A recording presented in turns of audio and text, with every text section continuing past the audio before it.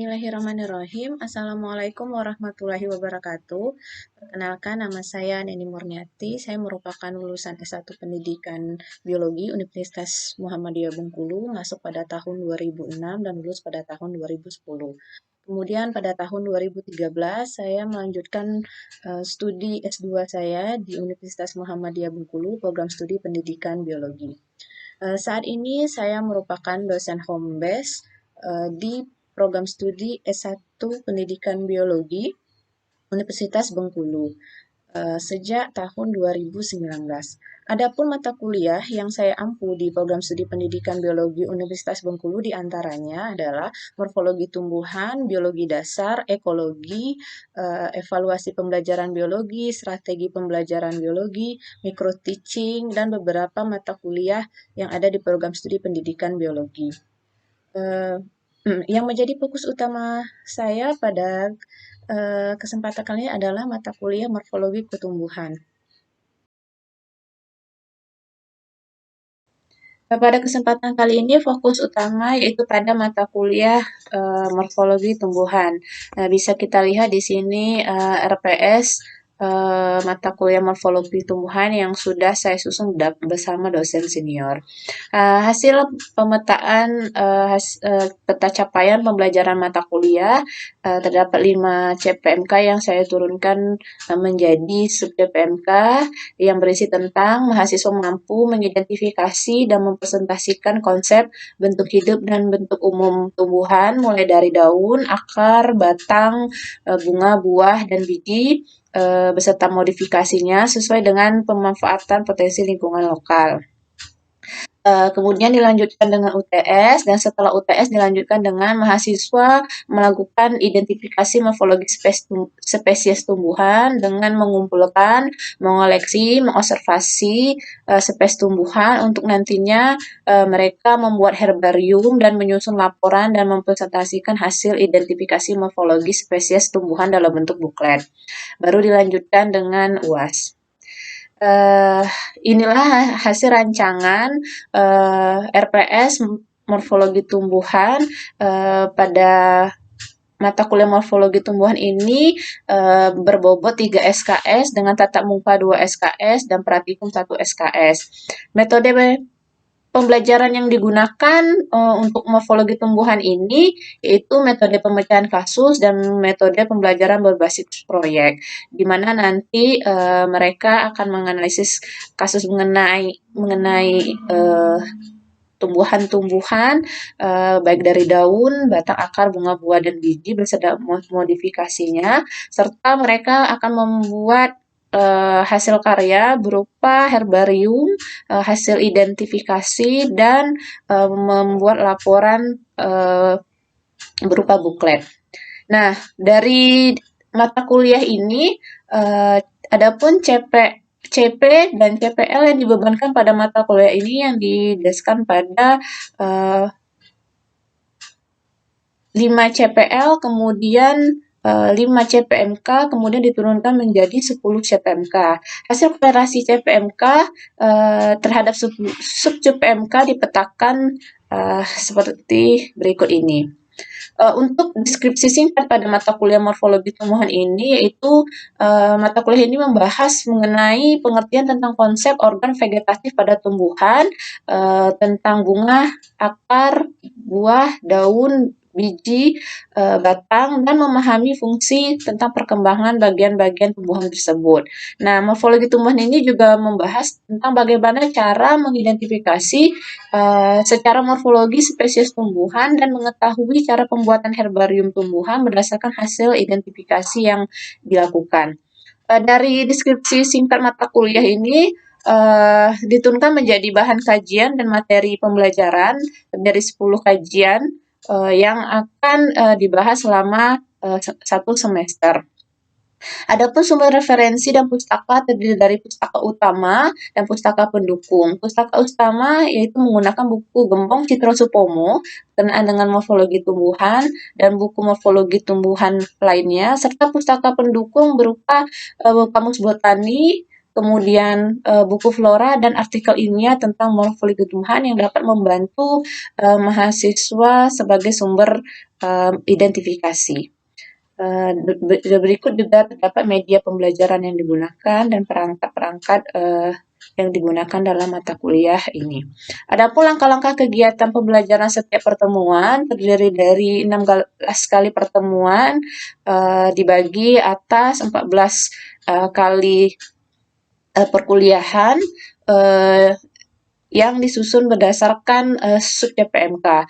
Untuk sebelum UTS, 7 sub CPMK yang dibebankan, dan setelah UTS itu ada 3 sub CPMK yang dibebankan kepada mahasiswa.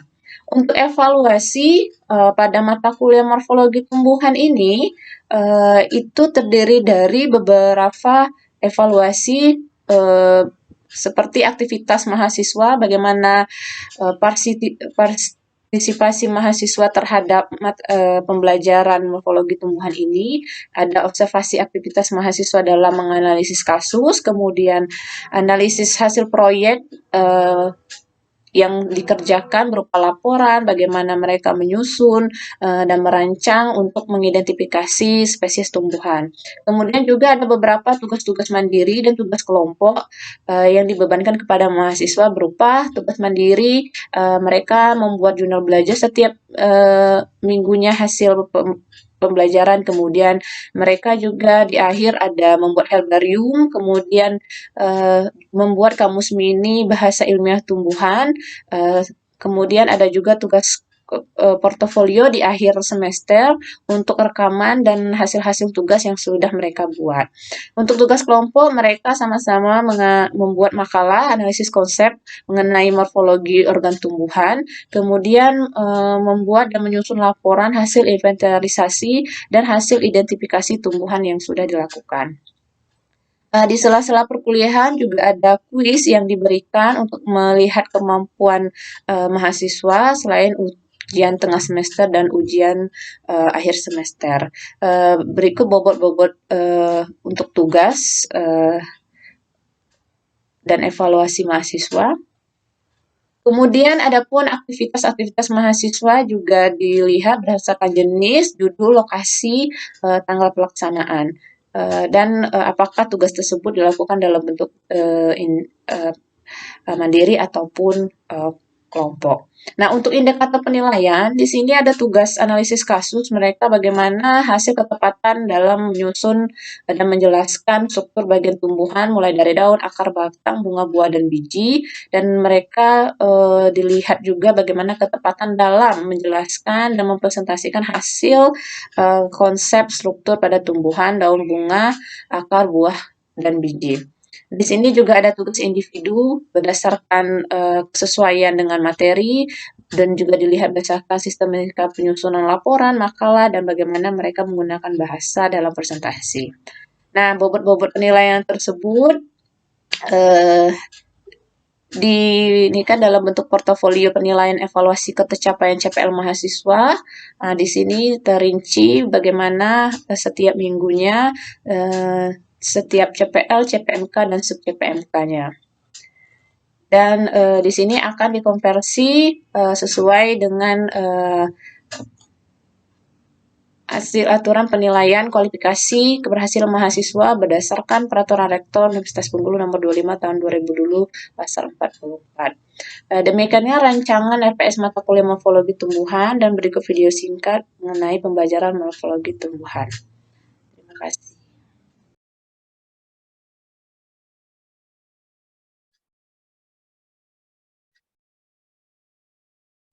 Oke, Assalamualaikum warahmatullahi wabarakatuh.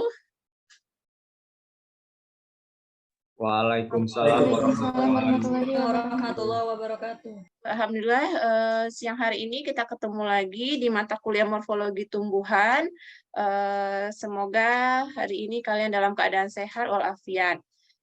Sebelumnya, saya harapkan kalian hadir semua di link Zoom meeting ini untuk mata kuliah morfologi tumbuhan materi tepi daun atau margofoli. Sebelumnya sudah dibahas dan sudah kalian lakukan tugas mengenai tentang identifikasi bentuk daun yang ada di sekitar eh, lingkungan kalian. Oke, tepi daun atau mogofoli silakan dibuka bukunya, kemudian objek tumbuhan yang ada di depan kalian silakan diperhatikan. Saya share screen dulu. Oke. Nah, adapun sub CPMK pada mata kuliah ini yaitu mahasiswa mampu secara mandiri menguasai teori, konsep, prinsip, dan prosedur dasar dalam struktur dan perkembangan tumbuhan sesuai potensi lingkungan lokal dan perkembangan keilmuan serta pembelajarannya di sekolah dengan penuh tanggung jawab. Kalian sudah tahu bahan pembelajaran untuk mata kuliah ini yaitu buku Gembong Citro Supomo, kemudian ada buku Plan Morfologi oleh Aziz dan Kamus Botani sebagai pendukung sumber belajar kalian. Nah, di sini berkenaan tentang tepi daun, ya saya bisa jelaskan tepi daun secara garis besar dapat dibedakan menjadi dua macam. Nah, kalian perhatikan objek tumbuhan atau daun yang ada di depan kalian. Yang pertama ada tipe tepi daun rata atau integer, kemudian yang kedua yang bertoreh. Nah, di sini ada beberapa gambar yang bisa kalian perhatikan di layar, beberapa tipe tepi daun. Bisa diperhatikan objek yang ada di kalian, tipe manakah tepi daun yang sesuai dengan objek kalian miliki.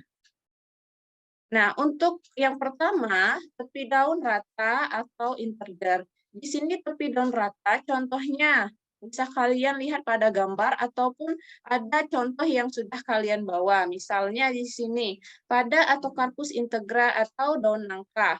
Kemudian daun sirih. Kemudian ada eceng gondok, Escherichia recipe, dan yang ketiga itu daun andong atau Cladoline Linea frusticus. Ini adalah jenis-jenis tumbuhan atau tepi daun tumbuh yang bisa kita lihat di sekitar kita. Nah, kemudian tepi daun bertoreh atau divisus.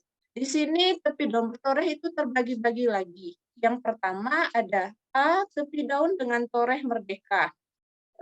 Tepi daun dengan toreh merdeka itu mempunyai banyak pula ragamnya. Toreh-toreh yang ada seringkali amat dangkal dan kurang jelas, sehingga sulit untuk dikenali. Untuk tepi daun bertoreh bisa kalian perhatikan di gambar, akan dilihat antara sinus ataupun yang berlekuk bagian ke dalam dan angulus yaitu yang berlekuk di bagian keluar. Nah, untuk tipe daun bertoreh merdeka, ada contohnya untuk yang pertama tipenya yaitu bertoreh bergerigi atau seratus, yaitu jika sinus, perhatikan ya, sinus lihat pada gambar, sinus dan angulus sama lancipnya. Nah, seperti pada contoh daun lantana atau lantana cemara. Ini bisa kalian lihat contoh gambarnya di layar kalian. Atau, belum ada tipe yang kalian pegang, apakah bertoreh, tadi rata ya, sekarang bertoreh, apakah masuk ke dalam tipe bergerigi atau seratus? Nanti kita lihat contohnya yang kalian bisa kalian tampilkan.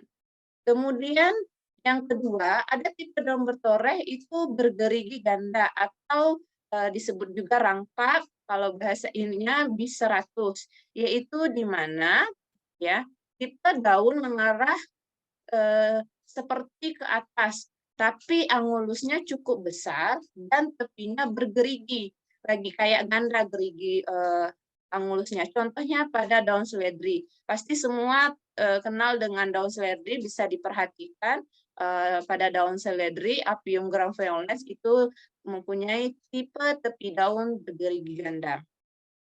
Kemudian yang ketiga, bergerigi dentatus. Di sini jika sinus tumpul sedangkan angulusnya lancip, contohnya pada daun beluntas atau Flusea indica. Ini ada contohnya untuk siluet dan ini contoh daun Flusea indica atau daun beluntas.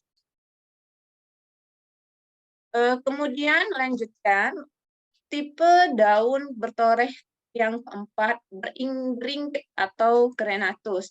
Ini adalah kebalikan dari tipe daun yang tadi bergerigi, yaitu jika sinusnya tajam dan angulusnya yang tumpul. Jadi bagian toreh dalamnya itu tumpul, seperti contoh pada daun cocor bebe atau kalanso pinnata. Bisa dilihat pada gambar bagaimana bentuk angulus dan sinusnya. Di sini sinusnya yang bagian ke dalam eh, tajam, sedangkan angulusnya itu tumpul atau agak lebih membulat.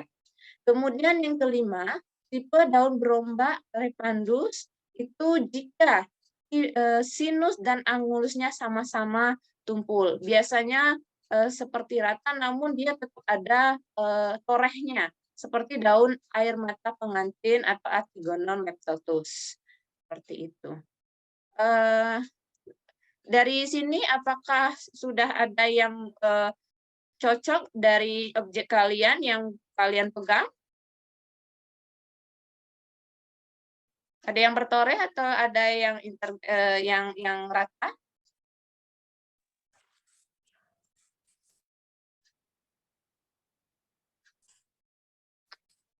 Oke. Apa belum? Kalau belum, kita masuk ke tepi daun dengan toreh-toreh yang mempengaruhi bentuknya. Nah, untuk tepi daun yang toreh mempengaruhi bentuknya, ini dibedakan menjadi dalam beberapa toreh. Pertama, ada tipe daun satu berlekuk atau lobatus, yang kedua tipe daun bercangap, kemudian yang ketiga tipe daun berbagi atau partitus. Kita lihat contohnya bagaimana itu tipe daun toreh dengan toreh-toreh yang dibedakan akan mempengaruhi bentuknya. Yang pertama adalah tipe daun berlekuk atau lobatus. Di sini karena dia mempengaruhi bentuknya, tipe daun yang pertama adalah tepi daun berlekuk menyirip atau Pinnatilobus. Di sini contohnya daun terong atau Solanum merongena. Nah, tipe tepi daun berlekuk menyirip ini membentuk bentuk daun tersebut. Jadi bisa dilihat berdasarkan pertulangan daunnya. Kemudian yang kedua itu tipe berlekuk menjari atau Palmatilobus. Ini contohnya pada daun jara atau pagal Jatropha curcas. Dan bisa juga dilihat contohnya pada tanaman kapas atau Gossypium sp. Jadi tipe daun berlekuk ini ataupun berlekuk menjari ataupun berlekuk menyirip itu mempengaruhi bentuk daun tumbuhan tersebut. Yang ketiga itu B, tipe bercangap atau visus. Yang pertama itu bercangap menjari. Bercangap menjari disebut juga palmatifidus jika tepinya bercangap sedang susunan tulang daunnya menjari. Contoh pada daun jara atau Ricinus communis. Di sini bisa kita lihat kalau kita membahas petulangan daun menjari, kita bisa memperhatikan sekalian tepi daunnya. Bisa jadi dia termasuk tipe mencangap menjari ataupun yang berlekuk sebelumnya. Kemudian ada tipe daun yang kedua itu bercangap menyirip. Tipe bercangap ini biasanya daun keluih atau bisa ini Artocarpus camansi, ini masuk ke dalam famili atau satu keluarga dengan nangka atau Artocarpus camansi. Ini contohnya untuk tipe daun bercangap menyirip. Nah, untuk beberapa contoh yang sudah saya sampaikan, ini rasanya bisa dilihat di sekitar tempat tinggal kita karena mudah untuk dikenali, dan contoh-contohnya itu selalu kita lihat dalam kehidupan sehari-hari ataupun sering kita lihat. Jadi silahkan nanti kalian mengidentifikasi, oh ini sudah sesuai dengan objek tipe apa ya, tipe daun yang mana, seperti itu. Yang ketiga, ada tipe berbagi. Berbagi di sini yang pertama berbagi menjari dan berbagi menyirip. Nah, contohnya ini pada daun Manihot utilissima, di mana daunnya mempunyai susunan tulang daun yang menjari, misalnya daun petela pohon. Ini ya bisa dilihat contohnya atau Manihot utilissima. Yang kedua, tipe dua berbagi menyirip. Misalnya pada daun kenikir, Cosmos caudatus itu biasanya bunganya yang kuning itu bisa kita lihat, dan satu lagi pada sukun.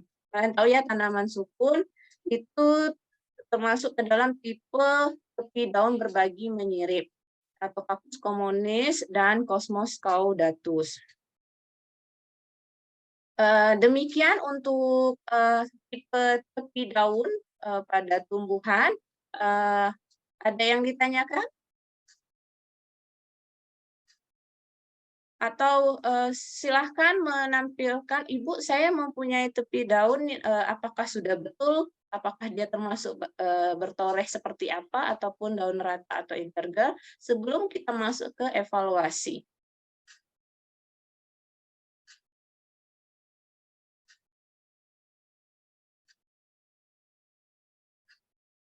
Oke, Tito, gimana? Sudah paham?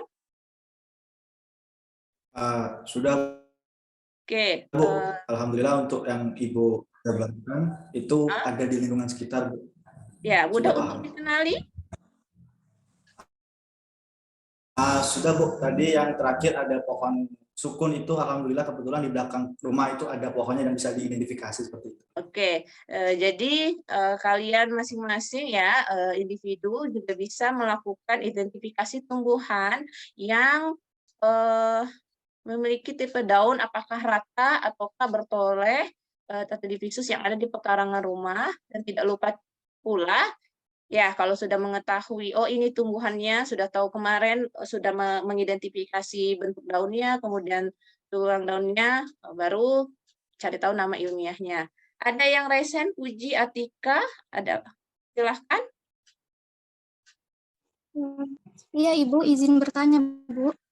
Ya, silahkan. Di sini Puji mengamati model daun itu daun laos. Tapi kalau dilihat itu sepertinya ini tepi daunnya rata.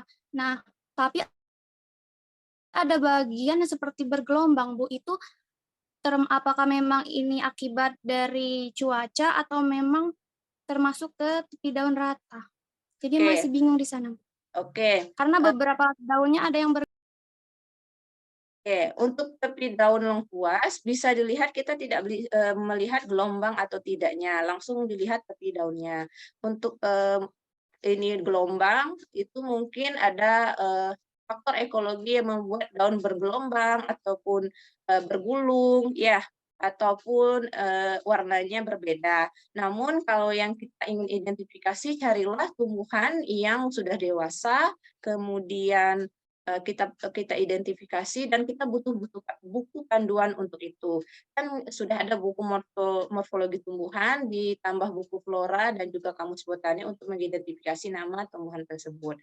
Kalau secara secara kita lihat itu sudah kita tahu berdasarkan tadi lengkuas atau langkus ngalanga itu termasuk pada tipe tepi daun yang rata atau integer seperti itu. Begitu, Puji Atika Putri. Mungkin bisa mencari contoh yang lain tipe tepi daun spesies yang lain yang ada di lingkungan. Baik, Ibu. Oke, ada yang lain? Kalau tidak ada, kita cukupkan pertemuan kita pada hari ini. Ini evaluasinya ya, tentu tugasnya seperti biasa setiap minggunya. Kalau sudah kita belajar ataupun kalian mempresentasikan hasil konsepnya, kemudian kalian mengidentifikasi tumbuhan yang akan kalian identifikasi sesuai dengan yang sekitar tempat tinggal. Kemudian, tidak lupa kalau kita sudah menemukan tumbuhan tersebut, lanjutkan tugasnya dalam membuat kamus mini botania. Tentu semakin tiap minggu semakin kaya nama ilmiah tumbuhan yang kalian ketahui. Seperti tadi dari Tito itu ada sukun ya, sudah tahu sukun apa bahasa ilmiahnya. Kemudian tadi juga hari ini tambah lagi tepi daun sukun apa, dan kemudian Puji Atika Putri juga sudah tahu nama ilmiah lengkuas dan juga sudah tahu tepi daun untuk lengkuas itu sendiri. Demikian kita pertemuan hari ini, insya Allah ketemu lagi di minggu depan pada materi morfologi tumbuhan yang lain, yaitu permukaan daun dan warna daun. Terima kasih. Assalamualaikum warahmatullahi wabarakatuh. Waalaikumsalam Waalaikumsalam warahmatullahi wabarakatuh. warahmatullahi wabarakatuh.